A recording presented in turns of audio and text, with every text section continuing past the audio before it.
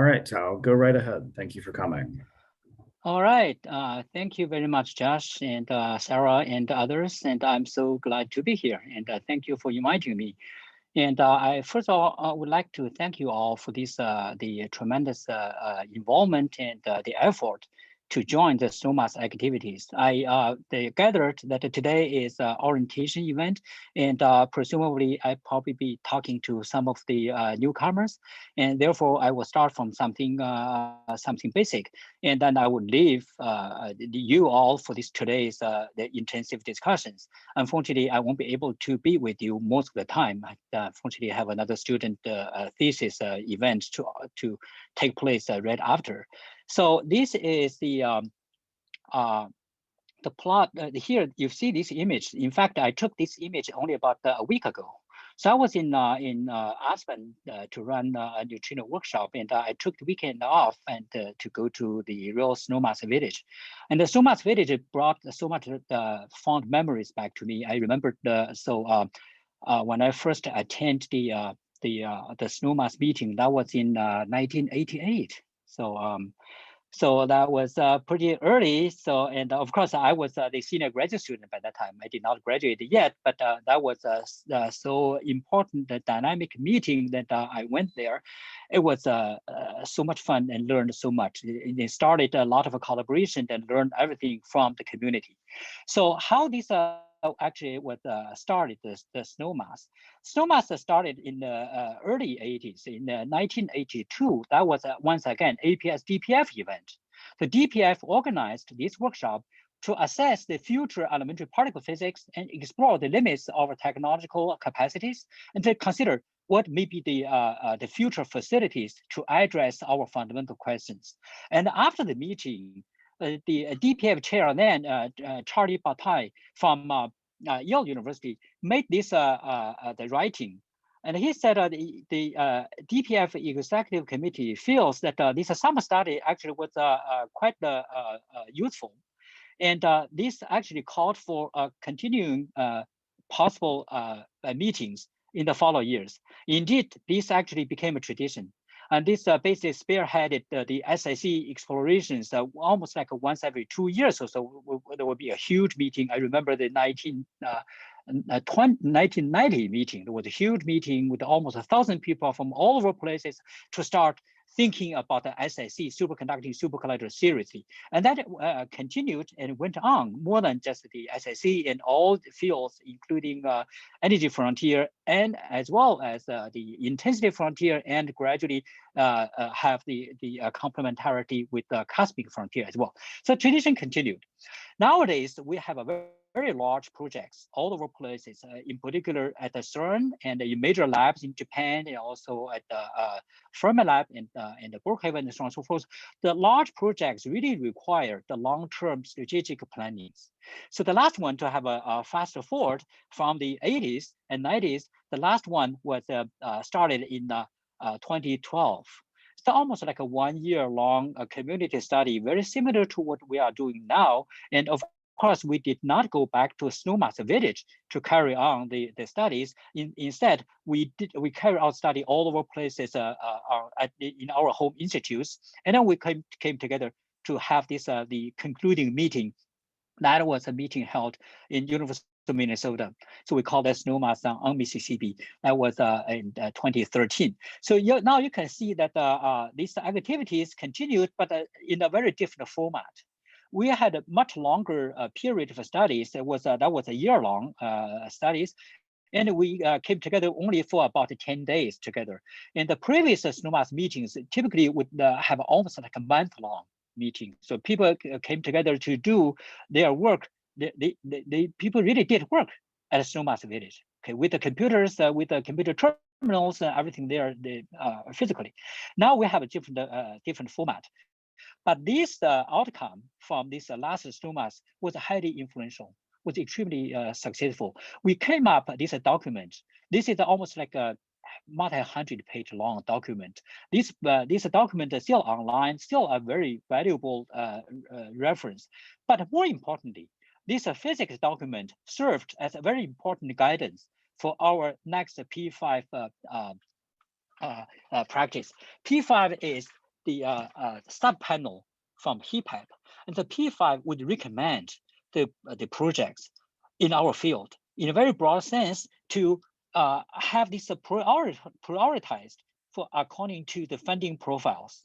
And also that has not only the prioritize the projects, but also more or less follow our Snowmass output to decide the science directions.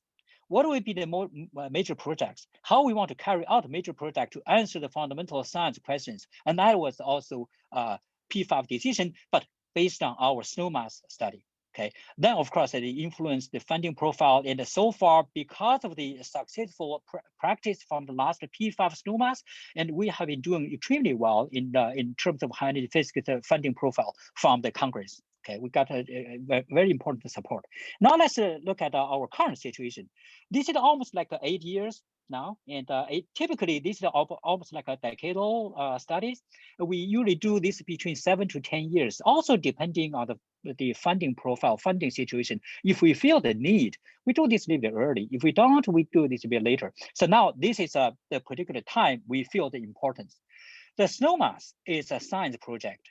The Snowmass emphasized to identify the most important physics questions, science questions, and also in the meantime to consider the possibility to address the questions. Of course, that is an opportunity to address them. So there are both points very important. One is about the physics questions. One is about the implementation to carry on our future projects to answer the questions. So timing-wise, it is very important.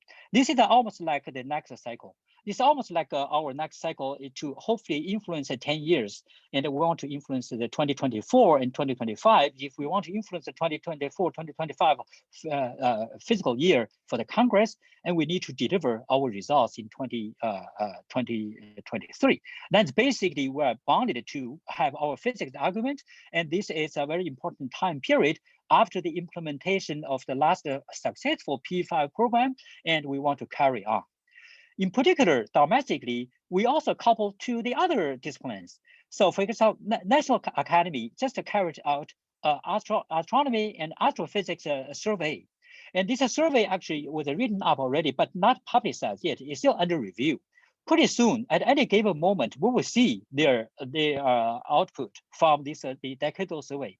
And we have been told that there's an elementary particle, it's called EPP, elementary particle physics survey upcoming pretty soon as well. So this will influence our discussions, and we will influence each other mutually, and hopefully we reach consensus with the most important physics and science questions, and we can push together for our field, for our funding profile, and for our support. So time-wise, domestically, it is very important. Internationally, we learned that last year, the European strategy they made an update for particle physics, and that has a very important the conclusions, and we will learn, we will coordinate with them. And also a few years earlier in Japan, there was a roadmap study, including the major projects such as the KEKB, and we know the BAL2 detector is working pretty well now. J-Park is going to contribute to neutrino oscillations in the Hyper-K, and International Linear Collider has been discussed intensively.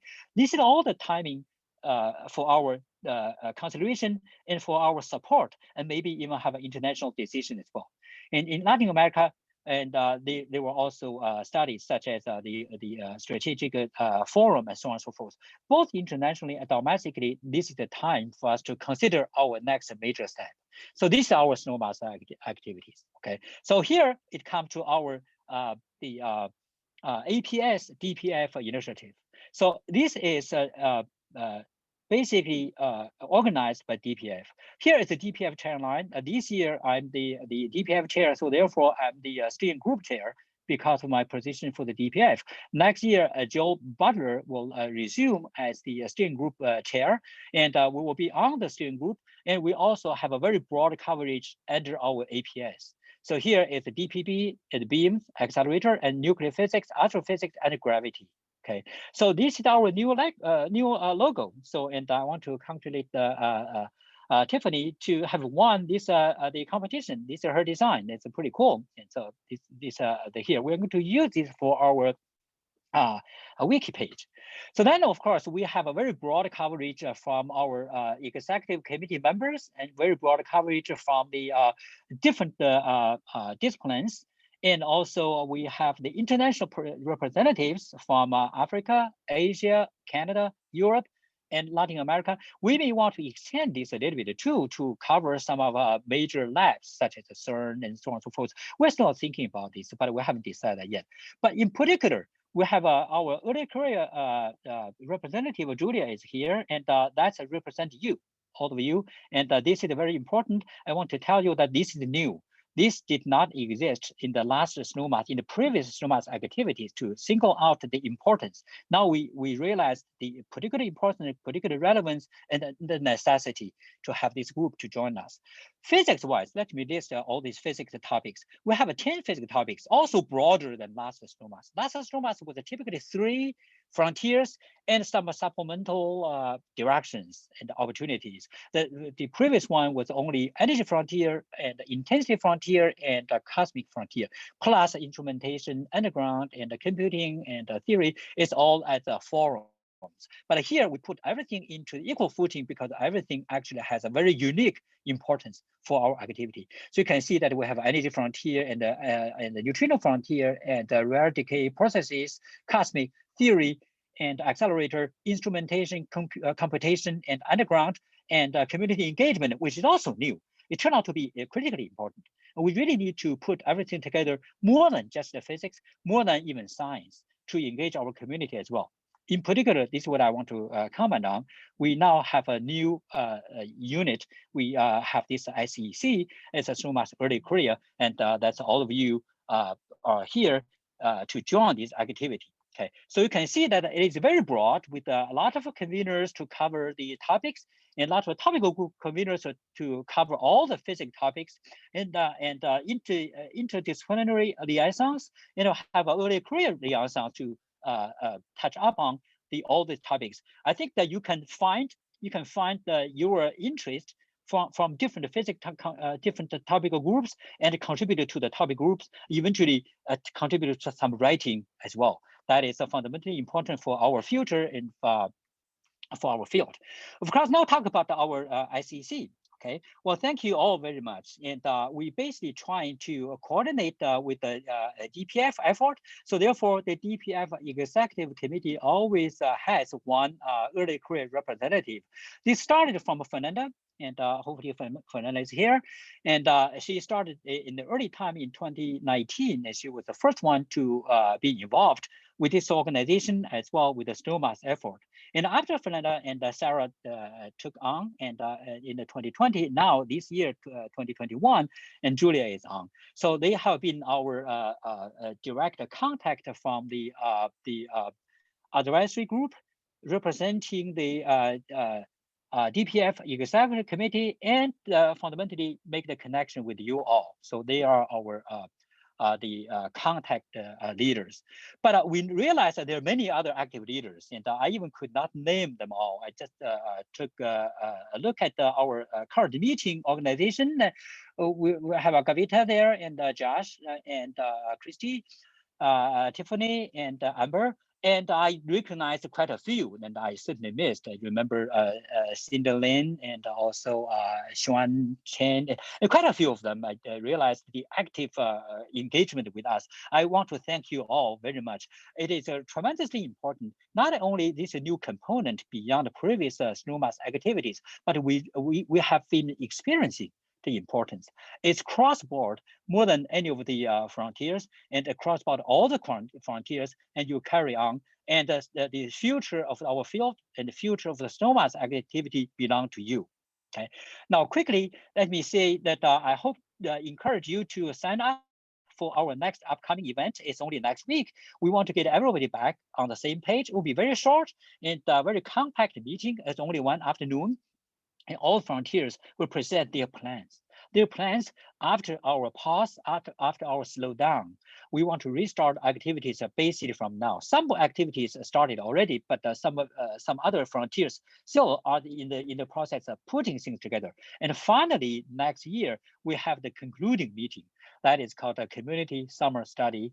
and in Seattle, and the time has been decided already. I hope that we will continue to plan this well for our physics output, and we all get together to reach the conclusion, and hopefully we will do that in person. Okay, to quickly summarize. So from now on, we restart our activity by the mid-March, that critically important time. We want to send out all these contributed contributions, contribute papers and white papers by mid-March, and those form the basic ingredients for the topical groups. The topical group conveners will summarize your input and to form the recommendations. What physics are important? What may be the opportunity we can address that? And then with another month, the frontier conveners would summarize the topical group reports and get prepared. And then we come together. We come together to discuss your output and decide what to converge and to finalize the writing. So then the executive summaries will be responsible. We will be responsible for writing the executive summary. And finally, we want to have this the frontier report all finalized, and we can compile the almost 1,000-page Snowmass book. This is the conclusion of our Snowmass activity. We pass on those documents to the next P5 funding agencies as well as the Congress to understand the physics, understand the physical opportunities, and support our field. I hope you join the Snowmass activities as much as you can. And not only this is important science and physics that you learn, that you contribute, but it's also our future. And I hope you have a successful meeting today. Thank you very much. I will stop here. Thank you, Tao. All right, so following that, and thank you for your support and your work on this with us. And we hope you can stay around for a little bit longer. But feel free to disconnect, and I hope that everyone has a new understanding of the broad implications of Snowmass. So with that, Josh, as I said, if anyone finds the slides useful, I will upload the PDF file there for your reference. Yeah, that'd be great. Yeah, thank you very much again. Thank you all. No problem at all. Okay, and so for the next part of this event, I do want to just build off of a little bit of what Tao just was talking about, with just a kind of a more specific introduction for everyone. So can everyone see my slide? I don't see them yet, actually. Maybe full screened and like shared and full screen in the wrong order or something.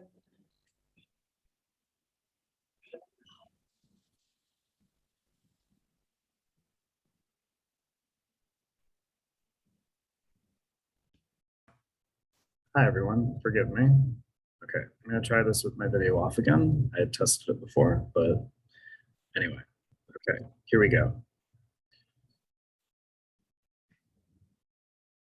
Okay, can everyone see this? There we go. Good to go. Okay, sorry about that. Technical issues, as normal. Okay, so just to expand a little bit on what Tao just went over as far as an introduction, this is going to be focused primarily on our early career section of Snowmass, the Snowmass early career. And today we'll be hearing from a collection of us who are co-leaders within the long-term organization.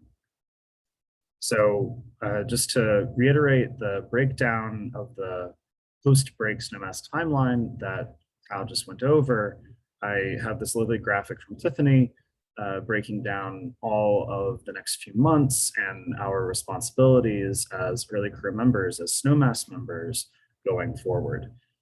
In particular, our central deliverables are our white papers. So we want to make sure that all of our voices, our scientific expertise is heard within our various frontiers within Snowmass, whether that be the energy frontier, rare processes, neutrino, et cetera, and make sure that our ideas get out there so that we can then actually create the future of high energy physics and astrophysics. As far as the upcoming day, we have Snowmass Day next week, of which this is kind of a companion event, preparing us to get back into the swing of things here. After this, we have the topical group reports from within the frontiers, frontier reports, et cetera. And eventually down the line, we have a P5 review, the particle physics prioritization panel review process, where we hopefully upvote all of the ideas that we bring forward from the community. Critical among this particular timeline, though, that I want to highlight for all of you as early career members is this bottom green line. The idea here being that the Snowmass long-term organization has begun some discussions with the DPF about actually transitioning from Snowmass early career into an advisory group.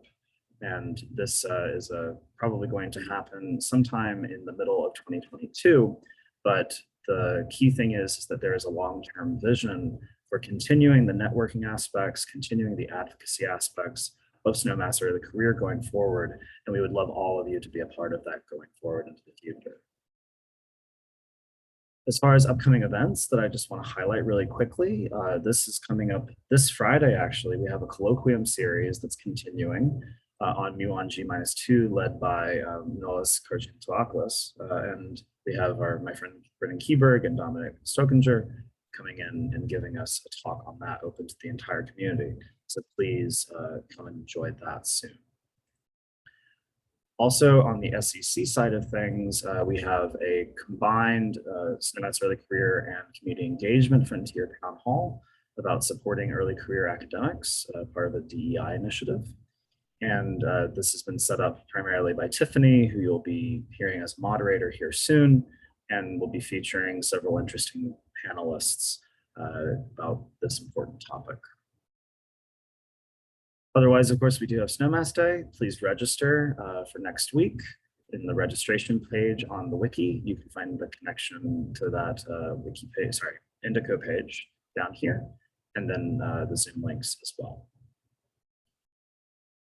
Okay, so the meat of this presentation, I want to just focus on the overarching organization of Snowmass. So this is kind of been covered by Tao, but basically we have the DPF Executive Committee that then leads down to the Snowmass Executive Committee. And then these people have chosen over the last year and a half, and actually before that, the frontier conveners who have led those frontiers for the last year and a half. There are then frontier liaisons between the frontiers. And of course, then there are topical groups underneath these that are more and more specifically allocated to specific topics of interest within those broader frontiers. Then you have topical group participants and or subtopical groups that all initiate the writing of our white papers. Of course, as far as early career members are concerned, we live over here on the right, but are nevertheless embedded very deeply within the process. You can see these kind of hairy yellow and orange lines that we connect to. So all of the orange and yellow participants here in the cross-topical, topical groups and early career participants are all involved at a very deep level in this structure.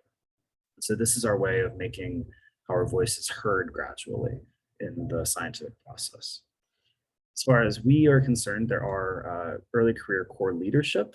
That basically means that we have organizations that are somewhat outside of the process, but we're nevertheless embedded within these larger topical groups. And these can include DEI initiatives, in-reach and outreach initiatives, as well as the Snowmass Early Career Survey, which I hope some of you participated in recently.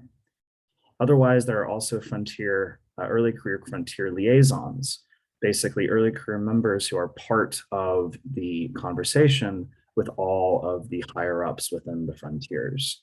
This is a critical thing to fill in the coming months as we really get down to business and start writing once more and start organizing for instance, the upcoming meetings, not just Snowmass Day, but into the future, into next summer. And we'd love for all of you to rejoin that process, take on leadership roles, and make your voices heard yet again. Okay, so now I'd like to just quickly go through our website. There's been some changes as of recently, and I just wanted to make sure that everyone was aware of those changes. Can everyone still see my screen? Great. Okay, so this is the new snowmass21.org/start website. Okay, and there's Tiffany's lovely new logo. Congratulations again. Also, for those of you who missed out on that competition, Hopefully we will have a Snowmass Early Career Long-Term Organization renaming competition at some point soon. So again, you'll be able to participate with something like that. We recommend that everyone look through this, especially just the general welcome. And these are linked in the slides that will be posted. There's this lovely How to Snowmass article written by Chris Quigg of Fermilab, which we think everyone should check out. It's a really good breakdown of what it means to be a part of Snowmass. Otherwise, we have the basic overview of past meetings, news highlights of upcoming events, etc. A general overview of the organization that we think everyone should read, code of conduct, as well as some contact information.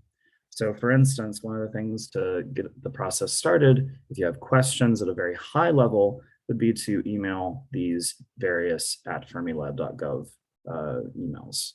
However, Slack is where we all live nowadays, and so there are Slack workspaces as well as associated Snowmass email lists, which we recommend all of you become a part of. The instructions to do that are here, and we would like you to, of course, be a part of the Snowmass as well as the Snowmass Young, which is the Snowmass Early Career email list. Okay, beyond that, as far as we're concerned, we are Snowmass Early Career. So that's down here in this organization. We will be regularly updating this particular website with upcoming events. You can see some of those upcoming ones here. We'd like for all of you to be a part of that. And there are also some more instructions here on how to join the community online, including how you get on our email list, some of the places that you should look for on Slack. This Welcome to Snowmass is now a part of the default list when you sign up for Slack, and also the Snowmass Indico pages, which I'll show you here in a second. There's also been some instructions on how to join the physics efforts. So if you are new to the process as an early career member, what can I work on is kind of the question. And you can find some of those answers here, for instance, with the white paper database that we've compiled thanks to the work of Christy Engel primarily. As well, by the way, this website has been put together by Christy and Amber, so thanks so much for your work on that. So this white paper database, which again is linked through the Snowmass Early Career website, is still developing, but something that we definitely want to inform all of the frontiers about. And this is basically a list, a gigantic database of all of the different topics that people are working on right now, things that are exciting to them in their various frontiers. You can see the overall list. You can see it broken down by various frontiers, including energy frontier and cosmic frontier. You can see that some of them are not entirely updated yet, but we're working on that. And you can hopefully find some interesting topics here to work on. And again, we will advocate that the various frontiers continue to fill this out as we go forward, so the conveners are public and open about the opportunities for you to do your physics. And again, that's linked right here. As far as an overview of Snowmass Early Career, you can read a little bit about what we are, but purposefully, we basically include anyone in our group that is roughly 10 years post their highest degree. So if that's a master's degree, if that's a PhD, etc., you can be involved with us, no problem. And there are obviously extenuating circumstances with these things, taking time off with children, for instance, and there is no hard cutoff, to be clear. And we welcome you into our group, no matter what that is. As far as the goals of SCC, we really do want to make sure that we represent early career members. We serve and lead the broader community through early career core initiatives, such as diversity, equity, inclusion, and of course, InReach and Survey. Those are all part of our core initiatives now, which is now under the long-term organization, and Survey is continuing to develop their analyses going forward within the organizational structure. We also have Snowmass Coordination, which is that early career liaison that we talked about with the frontiers just briefly earlier. And this coordination effort is basically updating all of our fellow SCC members on how to get into those frontiers and making our voices heard in those particular settings. As far as the leadership is concerned, you're going to hear from Julia and Sarah just briefly. Here's some of their contact information if you need to reach out to them, and they're usually quite available on Slack as well. As far as our calendars, you can add the early career calendar to your Google Calendar, and we recommend you do that just to keep up to date.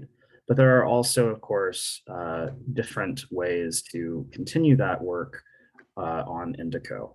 So I just want to briefly go here to the broad Snowmass Indico page here, which will again be linked in the presentation. And you can see all of the upcoming events from all of the different frontiers, including Snowmass Early Career. So for instance, if I go to the energy frontier here, I can see that there's been lots of interesting things going on. I can view this over here, maybe as a calendar or the week's events. And I can see that there's a working group within EFO1, which is a specific specific topical group within the energy frontier. And maybe those people are working on some interesting white papers that I want to be associated with, and I can join in that effort. Otherwise, as far as early career is concerned, we can go down here. Again, we can view as, for instance, the week events, and you can see that we're right here, 10 a.m. on Wednesday. And you can see that there's a lot of other stuff happening. For instance, we are meeting tomorrow within long-term organization. If you would like to get involved with that, let us know. And then we have the colloquium this Friday, followed by, of course, the Snowmass Day next week. Otherwise, many people post their minutes here, et cetera, but you can see all of the upcoming events that you can be involved with. Okay, as far as the last parts here, I just do want to really briefly mention the ethics guidelines. As far as the core principles of our community guidelines, we want to maintain an open and respectful forum for all of our discussions. And you can read all of the work done here by the ethics committee, which by the way includes some great early career members, including Amber and Jeremy Walcott. So thank you for your work on that. Oh, and there is one last thing that I forgot to mention as far as Snowmass Early Career is concerned. There is going to be a slight change here coming up soon as far as the SEC leadership. We will be updating this soon, and this will include all of the points of contact for different SEC points of contact for the frontiers that you can contact and maybe get involved in leadership yourself, and of course, writing those white papers that we all want to be a part of. Okay, so with that, I think I'm going to turn it over to our panelists for the day, Julia and Sarah, and also to our moderator, Tiffany. So Tiffany, do you think you can take over? Yeah, so thanks to everyone for sticking around. We're going to transition into something more like a Q&A with our panelists, Julia and Sarah. So I've put in the chat the form where you can submit questions. You can also type your questions directly into the chat or raise your hand.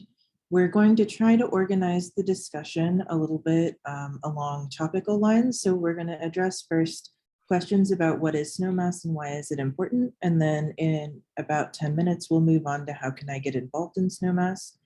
And then about 10 minutes after that, we'll move into what is SEC and how is it connected to Snowmass. So if you are interested in, or if you have more questions about what Snowmass is and why it's important, we're going to try to focus on those questions first. While you guys are thinking and figuring out the raise hand button, we do have a question that was submitted already. So what is the central goal of P5? What is that and what does it do for me? Yeah, so I can start and Julia can add on. So the P5 effort, as Tal was saying, the main point of that is to give advisement about what projects to prioritize over the next decade. And so really this is telling the funding agencies, hey, if you have this amount of money, these are the projects you should be prioritizing. So as we go through the Snowmass process, we really want to make our ideas heard and put into that Snowmass report, which is a critical input to the P5. And so by doing that, we can make our voices heard and help shape the landscape of what the projects will look like in the next 10 years. And Sarah, I don't know if you want to say anything about yourself or do a quick intro. I just realized maybe it'd be helpful if we gave our like frontier and experiment affiliations and things just to kind of orient. Yeah, sure.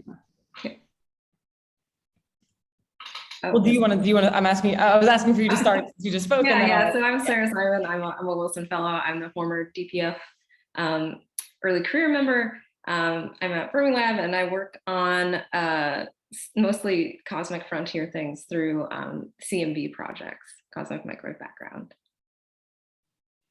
Cool. Okay, great. And hi, yeah, my name is Julia Gonski. I'm a postdoc at Columbia University. I live here on site in New York City, but my experiment is at CERN. So I'm an energy frontier collider person. I work on Atlas.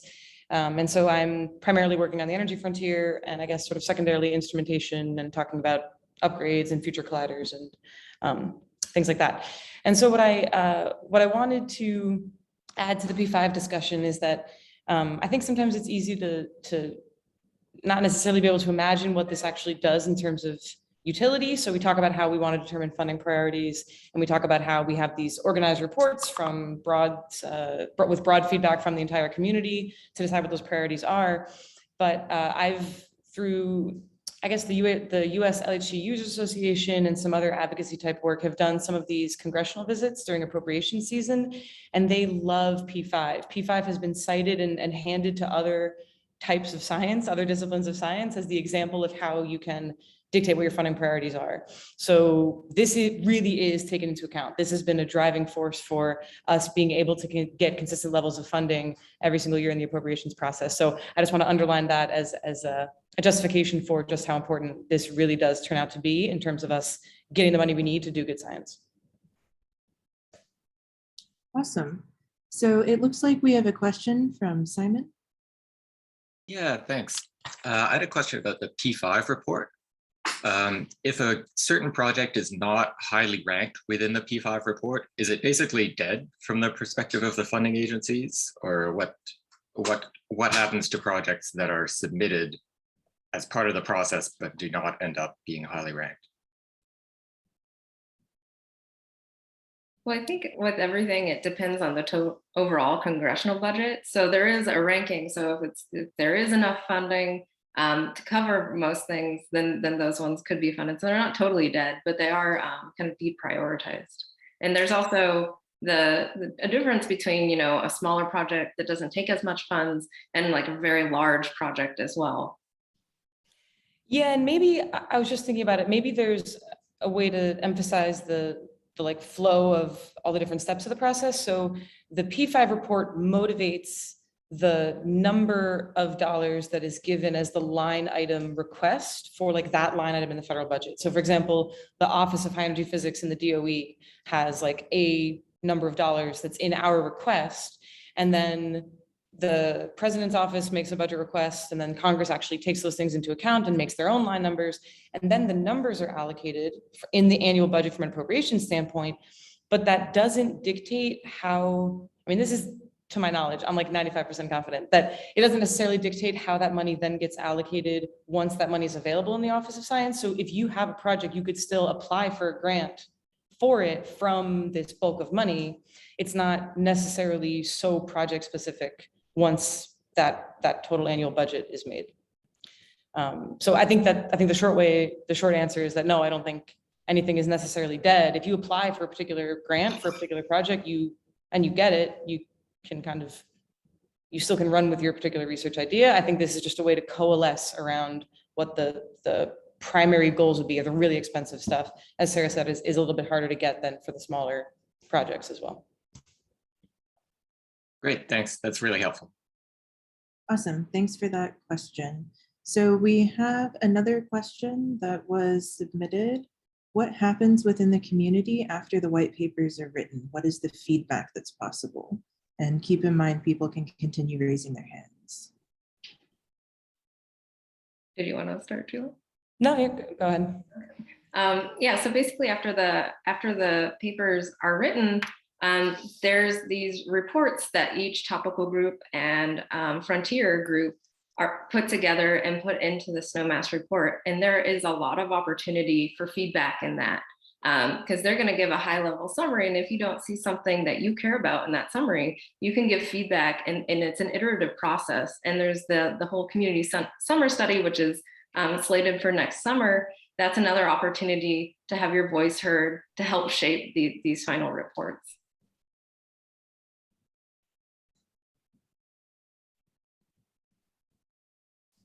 Awesome. So we have some questions coming into the chat that are more geared toward how to get involved in Snowmass. So let's go ahead and switch over to that topic. There is a question in the chat about the grant process and whether it can be started if you're still in your original country. So maybe for somebody thinking of moving for a job or something.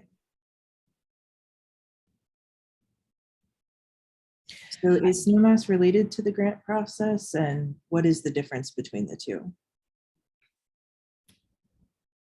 Yeah, as it comes to the whole process of trying to get grants for independent research, I would probably lob that to Sarah, who's one level above me in the whole thing, and maybe has had to do something like that. I mean, I'm still on my group Atlas grant, so I haven't had to delve too much into that. I was speaking more just from the general experience of getting appropriations, but I guess the idea of submitting a grant for a particular project and submitting that project as an idea or in physics interest to the Snowmass process, I think are maybe somewhat uncorrelated. So Sarah, I don't know if you want to add.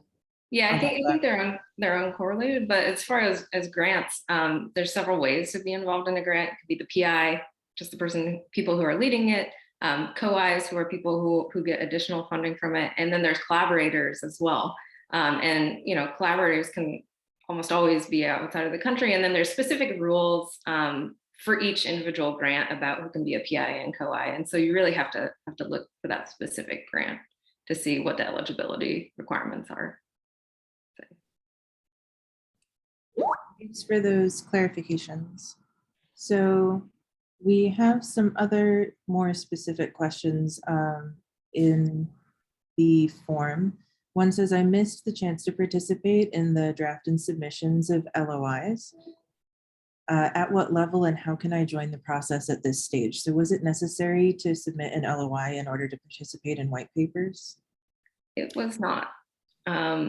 LOIs were required to be read by the frontier leadership, but you can still write, you can join a lot of the solicited white papers. You could also just write a non-solicited white paper as well. They're not required to read those, but often what they'll do when they write the report is they'll cite these white papers because there's not space in their short report to put everything, but they will cite the white papers. And so the solicited ones are the ones that the frontiers are definitely kind of leading and keeping an eye on and making sure that they have the ideas that the community in general has put forth.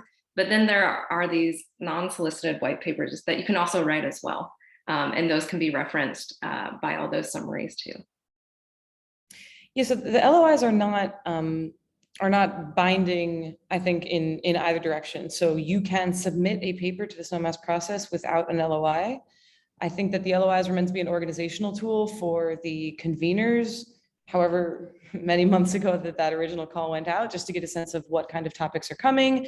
And I remember there being some work also on the coalescing of similar interests, but it does not have any bearing on the time at which you start to participate. I had myself prepared a white paper for Snowmass that I don't think I submitted an LOI for. So it's absolutely allowed, and it's absolutely allowed to even start later in the game, as in now, with a completely new idea, just keeping in mind that deadline of what it would need to be, that it would need to be done by March to be considered as part of the report, as Sarah said, to be cited. Yeah, and if it's a new one that, maybe the conveners haven't seen, you'll want to make sure that you show up to kind of the working group meetings and make sure that people know, hey, I'm doing this. This is my idea. You can also put non-solicited white papers in that. You can get them put into that white paper spreadsheet that Josh showed and help kind of engage other people in it that way as well. Awesome. So I'm still looking for hands, by the way, but I'll continue reading from the form submissions until I see a hand. So if we want to participate in Snowmass, how should we contribute? How do we get started? How do we decide which topical group to join? And are there any prerequisites for joining any of the frontiers? Yeah, so I don't think there's any requirement that you have to join. what you can do is that Snowmass wiki page that Josh showed, there's all of the frontiers listed out there. You can see if you click on those, the frontier leadership and what topical groups are in each, and within each, there's topical group pages that have the leadership there. So that's a really good way to see, oh, I'm not really sure. There's full descriptions of what they cover. And then you can also contact topical group and conveners and kind of ask how to get involved. We also have the Welcome to Snowmass channel where we can put you in touch with the early career frontier liaisons and have them help you figure out how to get involved. So there's a lot of ways to figure out how to get involved. Yeah, absolutely. And I would just emphasize, I mean, I think that this question of like, how do I start doing a study for this process is a common one. I think it's very fair that it's not necessarily superficially obvious. And if, a lot of early career people, I certainly know this pain. It's not so easy to like have a whole separate idea that you want to go off and start, like the initiative. A lot of the time, everyone's got 18 projects, and it's not, that's not the only way to have your hand in this kind of pile of interesting stuff that's happening. But I just want to emphasize that person power is really valuable. We are, if you want to get involved, you're offering time and energy that is necessary to get cool studies done. So as Sarah said, if you can find the topical group that has topics of interest to you, I would definitely encourage just reaching out. If you can't find an LOI that's interesting, but you have some hours to put in, that is what is the fuel of this whole process. So it's not an imposition to try to find a place where you can add effort. In fact, all of the possible FTE that can go into this process is good. So I think reaching out to top group conveners or even the frontier conveners themselves, I think that they have all been, our early career contacts to the frontiers keep coming back to us saying the conveners want recruitment. They want people in this. So I think that the reception would be really, really positive, even if you reach out with something of a vague question that is just, I want to start doing some physics. I don't know where to do that physics. So. Yeah, and if you're, more strapped for time, you can join some of the meetings and join some of the discussions, or, maybe sign on to some white papers. Another thing you could do is, get involved in the process, after the white papers are submitted and giving feedback to the summaries as well. So it all depends on how much time you have and are willing to put into Snowmass. Cool. So I'm still looking for hands if anybody wants to ask a question that way, or you can continue to submit your questions to the form. Just a point of clarification, what is the difference between a solicited and a contributed white paper? Yeah, so the solicited white papers are white papers that after receiving LOIs and maybe grouping some similar topics together that the topical group and frontier conveners have put together. So those are ones that they are kind of organizing and running, whereas a non-solicited white paper is a white paper that, maybe one group is writing on their own, but then also, showing up and talking about ideas within the topical group and frontier convener and frontier meetings. So the solicited white papers are the ones that people have kind of prioritized based on the LOIs. And so those are kind of the ones that will be more likely to make it into the summaries. But that doesn't mean that if you'd have a non-contributed one that it can't be either. Awesome. So should I wait for someone to invite me to join a working group? No, you have to take the initiative to find where you fit in, to find where you work. People are not, don't really have the bandwidth to be like, oh, there's a new person, let's assign them this. So really find where you want to put your effort and then contact the people to be in touch with there. Cool. So wrapping around a little bit to our previous topic, there's a question about the flow from LOIs to P5. It may be helpful as part of that discussion if maybe Josh could flash up the timeline again. Sure, give me 1 second.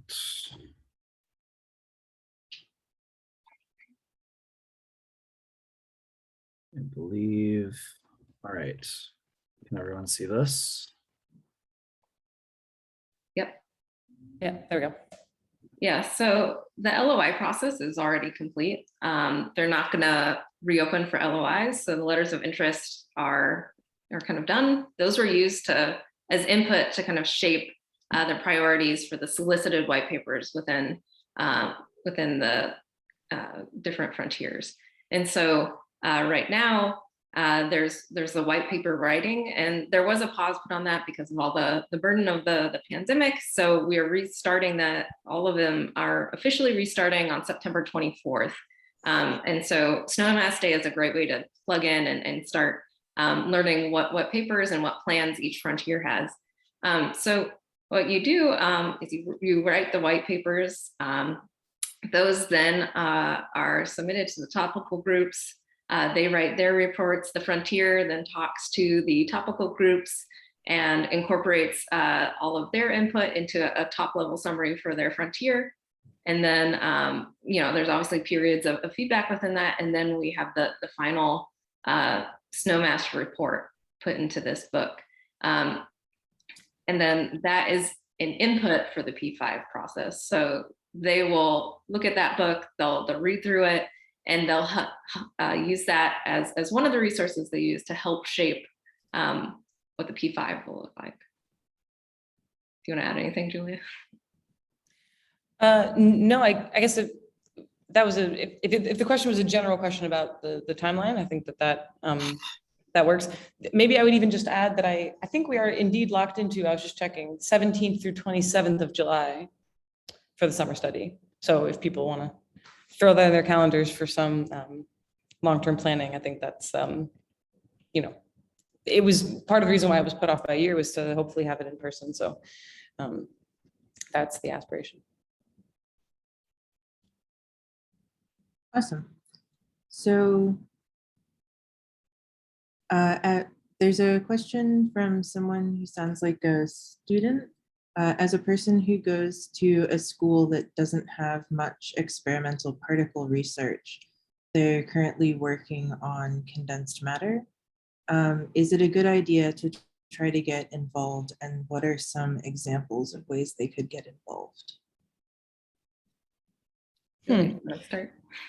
Sure, yeah, that's an interesting question. So I think it would depend on how exactly you want to merge the experience and the interest. So if there are elements of that condensed matter research that could go into, the development of the, effectiveness of certain materials that could potentially go into some detector technology in the future, or if there is some connection of that research to high energy physics, then I think that could be sort of an entry point to offer up some recent work into some detector development group and see where there is overlap.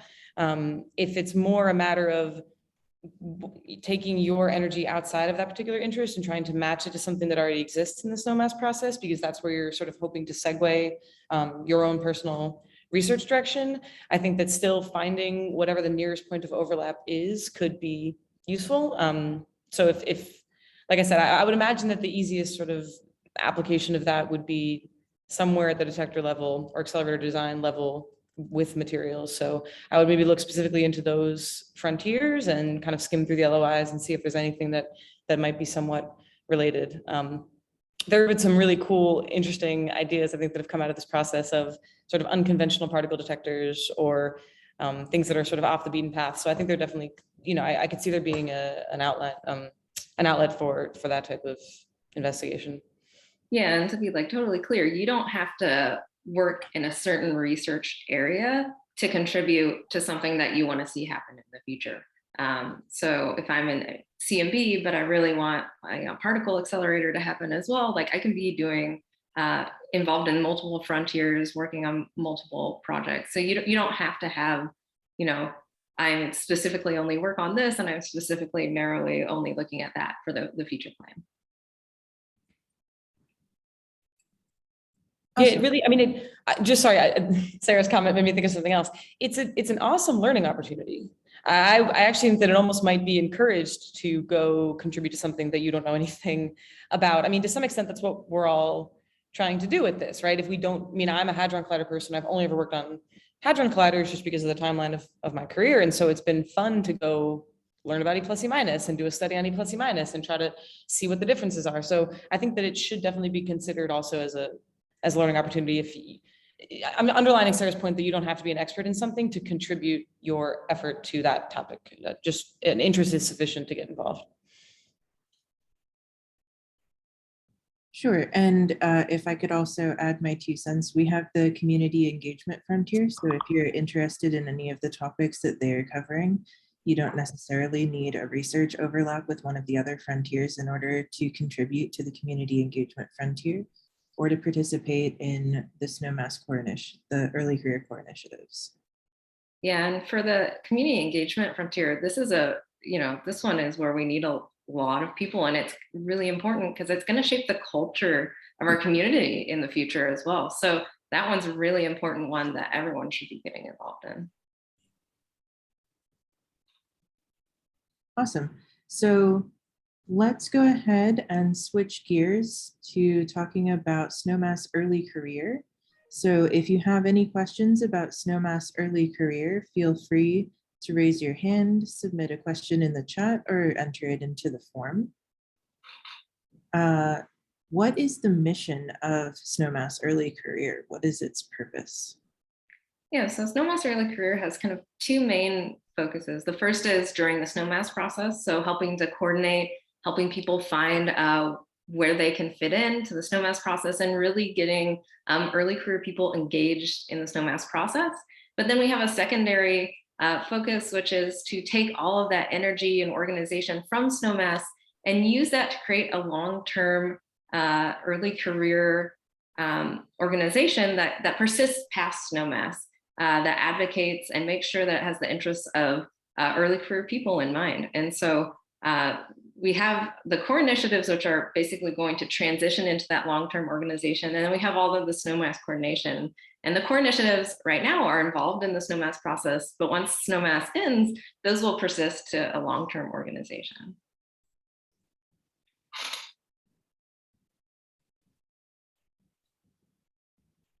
Are there any other questions anybody has about the early career organization?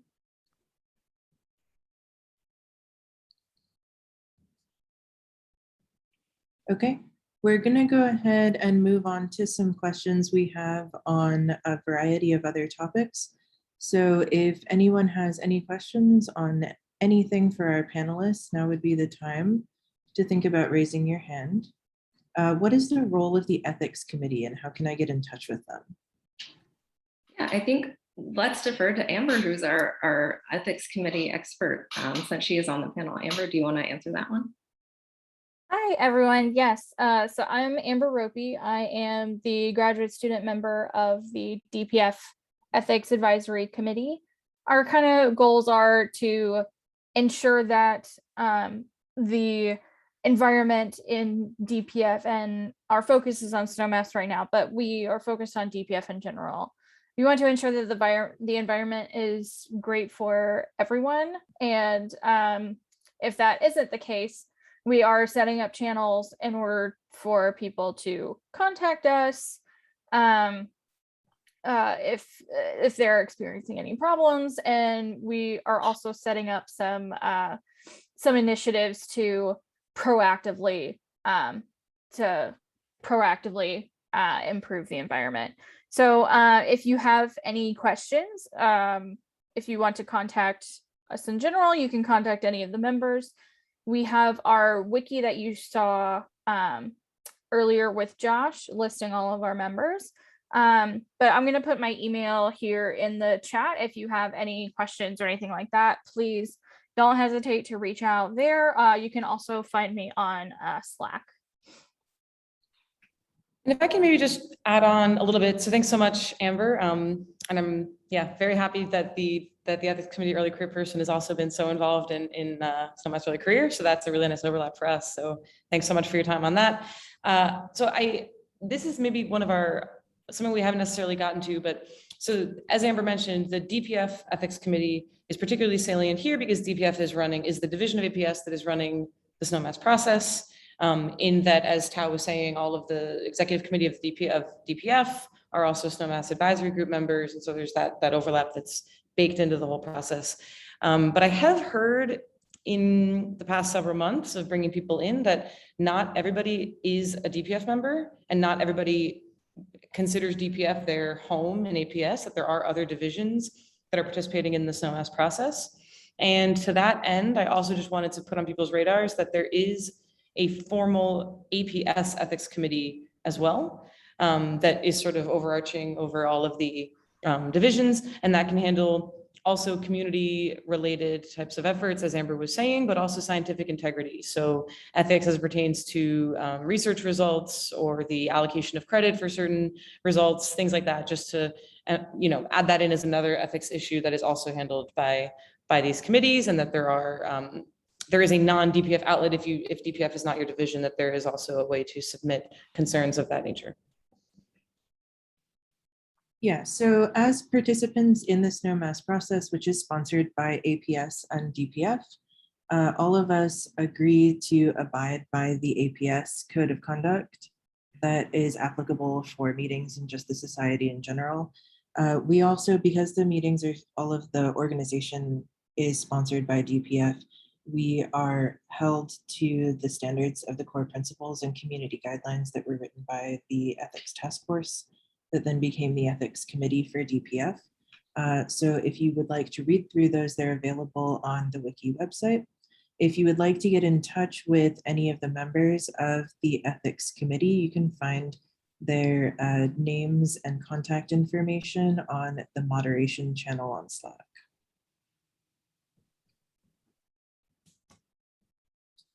So are there any questions about anything related to Snowmass? Anything that we have touched on or not touched on before? Well, I'll just have a comment while we wait and see if anyone has questions to say. Within Snowmass early career, we are looking for people to be liaisons. We are looking people to help form and continue those core initiatives to make that long-term early career organization. So you're always welcome to join us as well. That kind of ties into our next question. Is it too late to run for a leadership position?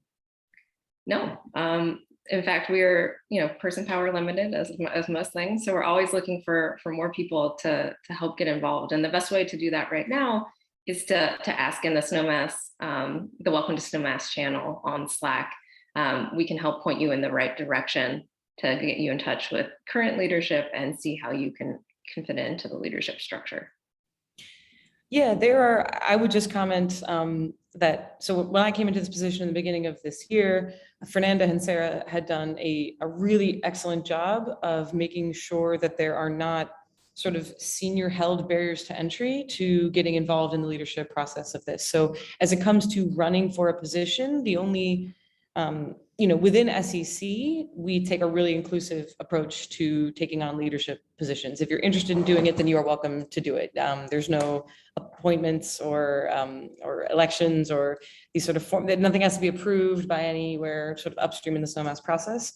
And I think that that's a really nice way to make sure that everyone can participate, which I guess is exactly what we're trying to emphasize, that it's not too late and it's not something that's formal, but at the same time is still something that that can become a part of your CV or something that can be sort of formally indicated at some later point that you were in fact involved in some technical position in the Snowmass process. Yeah, and a lot of our leadership roles rotate. So there are open terms that you can easily become a leader for.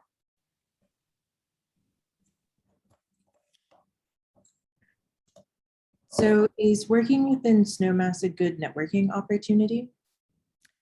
If I may, Sarah, start with this one, because I feel like this is so important and somehow it's not coming across loud enough. This is the best. This is all of the senior physicists who can potentially be collaborators or holders of jobs that you want at some point in the next couple of decades tap into this process.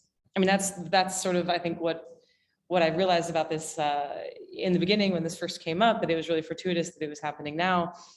because visibility does really matter in the academic job market, and connections to people who could potentially write letters also matters in the non-academic job market. So I think that the visibility and the number of eyes that are on this process means that having your name on the white paper is something that will be noticed by the entire community. Giving a talk at one of these workshops or being present in some way in the review process will be something that is noticed by the community, and that all becomes, and I, even beyond just the technical visibility or the CV development, that is a really good way to meet people. It's networking for you to discern interesting collaborators as well, and to have an excuse to maybe cold email them about something that you think is really cool. So I think that the networking aspect of this is really, really unique. This only happens once every 10 years that everyone is paying attention to a particular meeting or a particular set of papers. So I think that it's a really awesome opportunity that is good to take advantage of, again, whether or not you are intending to follow down the academic career path. Yeah, and to add on to that, the leaders of the frontiers and topical groups are really leaders in the field. And so if you decide you want to be a early career liaison, you're interacting with those people quite a bit. And so it is a really great networking opportunity. Even outside of just being involved in the process, you can get further involvement and further networking through SEC. So I think we have just one final question, unless anyone wants to raise their hand. So we have a question that says, I need accommodation to participate in virtual meetings on a regular basis. Who can I contact?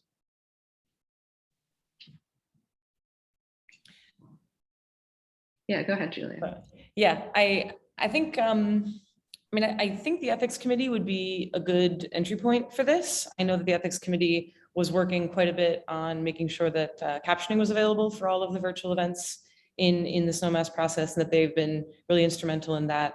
So I think that, yeah, that could be definitely a good entry point, or either one of us. I'd be, always happy to pass that on to the Snowmass advisory group in our meetings. Tao is really, really receptive to all kinds of input from the early career community. So that's also a really nice thing to be aware of. Sarah, I don't know if you have a more formal outlet in mind, or if you wanted to add.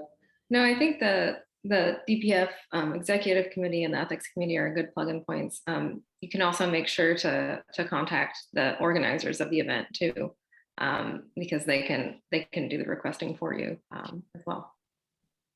If I can make just a very quick note, we are in the ethics advisory committee is in the process of developing a request form for such accommodations.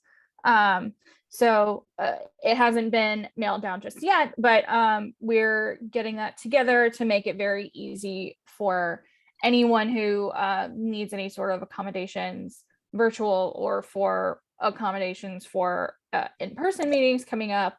We are ensuring that physical accessibility and virtual accessibility is available for anyone who needs it. So keep your eye out for forms like that. In the meantime, you can absolutely contact any of us, and we'll be happy to help you.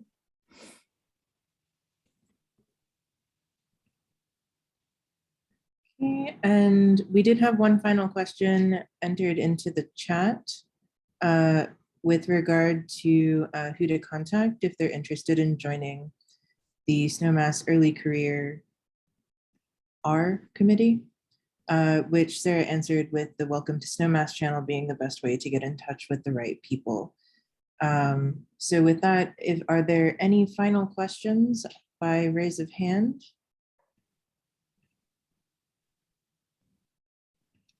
All right, thank you so much to our panelists, and we're going to go back to Josh for just 1 minute.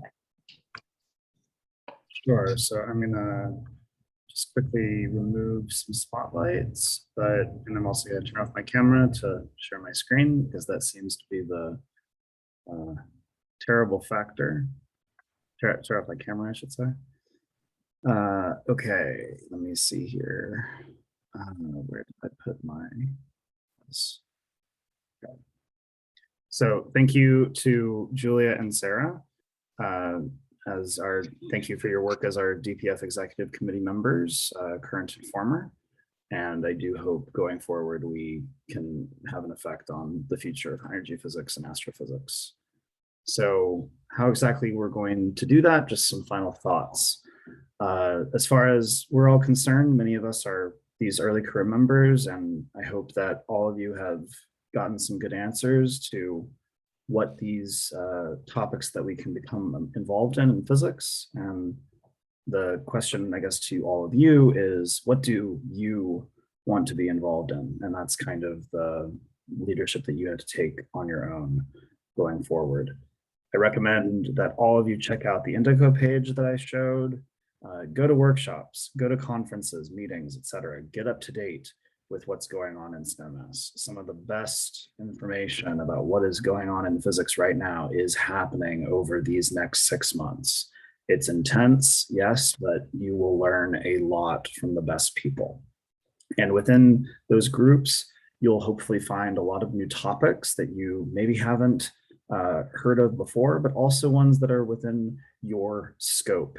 And that helps you find your future collaborators while still pushing your limits. And that's great at the early career stage that we're at.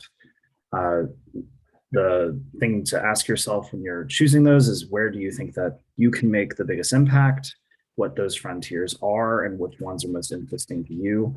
Join a couple of frontiers, join a couple of topical groups, maybe in neutrino, maybe in energy, etc., that maybe have some crosstalk over them. And then that's when great collaboration and great new ideas can happen. And of course, as far as what white papers you can join, the database that we are trying to push for the frontiers is here, and chat with conveners and help get those ideas off the ground if you can. And if you have your own ideas, or you want to maybe push something that one of your advisors is who's not necessarily involved in Snowmass, but one of their ideas, and be a key part of that, then do that too. Okay, so with that, I think we will close the event. Thank you so much, all of you, for coming. And again, thank you to our panelists and Tao for your support and work with us all. Ciao, everyone. Thank you all.